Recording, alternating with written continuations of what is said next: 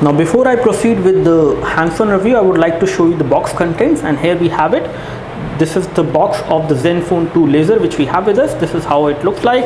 We have some quick specifications of this device mentioned over there, which includes a very good camera, Bluetooth 4.0, high definition display, Wi-Fi, 4G, LTE is also supported, and we have the battery indicator over there.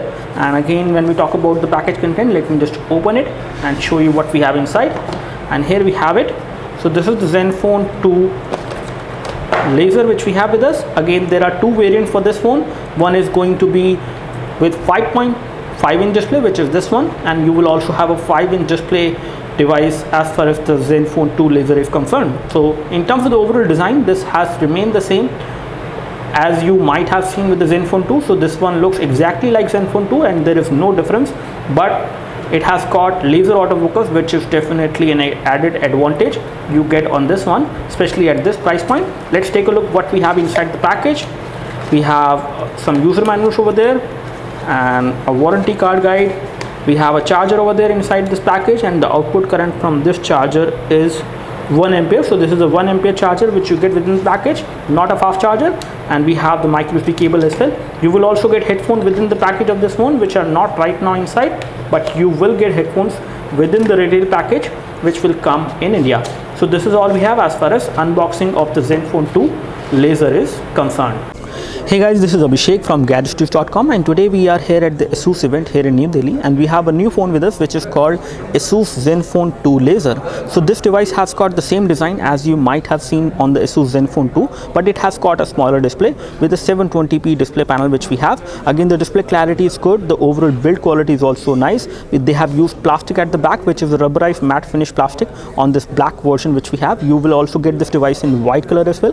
Talking about the overall features and the hardware, this device will have Snapdragon 410 chipset inside, which is going to be a quad-core CPU, which is a 64-bit CPU. And again, this is going to be an affordable Zenfone 2 you can buy from the market. And again, they are calling it Zenfone 2 laser because it has laser autofocus at the back, which is definitely a good thing, especially at this price point. There is no other phone which will basically provide you laser autofocus at the back, and this is going to be approximately 10 to 12,000 rupees in terms of the price. It is going to compete with the new Motorola Moto G 3rd generation, which has been launched yesterday. So in terms of the hardware, both of them are same, and in terms of other specification, there is a slight difference because you will get two variants of the Asus Zenfone 2 laser which we have with us. One is going to be the 8GB storage model, the other one is going to be 16GB storage model, and the RAM on these two is going to be 2GB. So you will get 2GB of RAM on both of these variants, and you will get high definition resolution, not full high definition, but it is high definition 720p resolution panel on this IPS LCD display, which gives you good viewing angles, and the color production is also nice. In terms of the pixel density, I can show you that the pixel density is also good. I do not see any pixelation as far as the display is concerned in initial testing, and it looks nice, it looks good in terms of the build quality.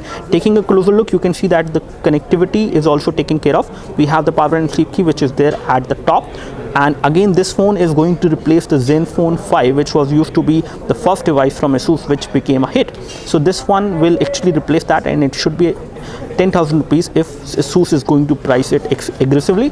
If not, then it should be around 12,000 rupees. Let's see what pricing they actually launch it at. And then we have the 3.5 audio jack as well on the top.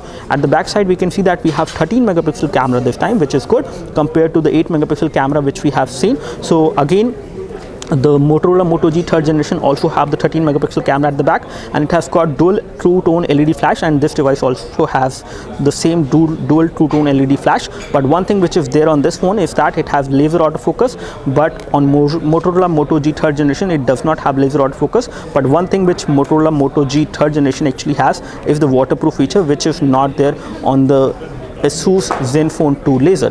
Talking about the branding, we have seen the branding over there, and the power and the volume rocker is placed at the back, which is a nice thing. Again, you can get used to it over time. And at the back you can see that we have the loudspeaker mesh as well, which is on the curved part. The back cover of the phone is nicely curved so that it gives you a very nice feel when you hold this phone in hand. And in terms of the overall look and feel, it looks nice and it feels good. It has a rubberized matte finish kind of feel, which is nice. In terms of the grip, it is a very good grip when you hold this phone in hand. Talking about the front, we can see that we have touch capacitive buttons over there at the bottom, which do not have backlight backlit LED, and this is a kind of a compromise which Asus has done on this one.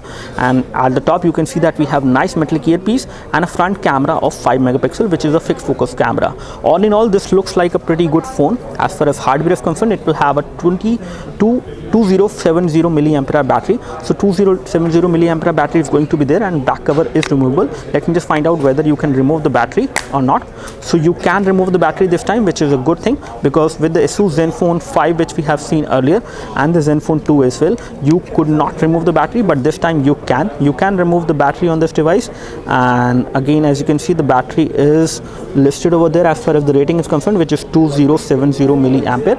Talking about other things, we have the SIM card slot over there. This is the first SIM card slot which will take a micro SIM, and you have a micro SD card slot as well on the top of it, and you can expand the storage of the phone. You can also install applications from the micro SD memory card, which is supported, and you have another SIM card slot over there which will take a normal size SIM card. So this will take a normal size SIM card, and this will take a micro SIM inside. When it comes to connectivity, we have support for 4G on both of the SIM card slots. So you have 4G support for both of these phones, for both of the SIM cards which you will insert into this device in case you would like to do that.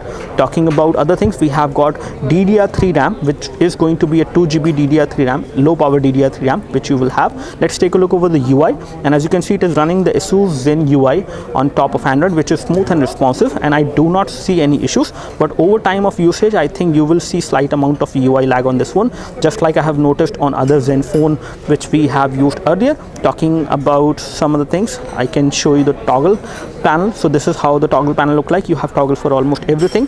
The Asus Zen UI actually gives you a lot of features and options as far as custom features are concerned. Let's take a look over the version of Android. So we have Android 5.0.2 Lollipop running on this phone, which is nice.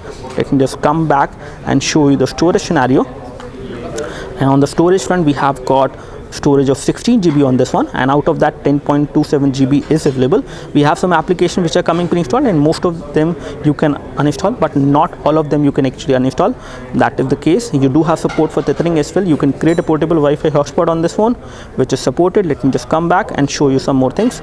We have support for location as well, so you can actually use GPS navigation on this device. Just turn on the location and you can actually use that. So all in all, this looks good.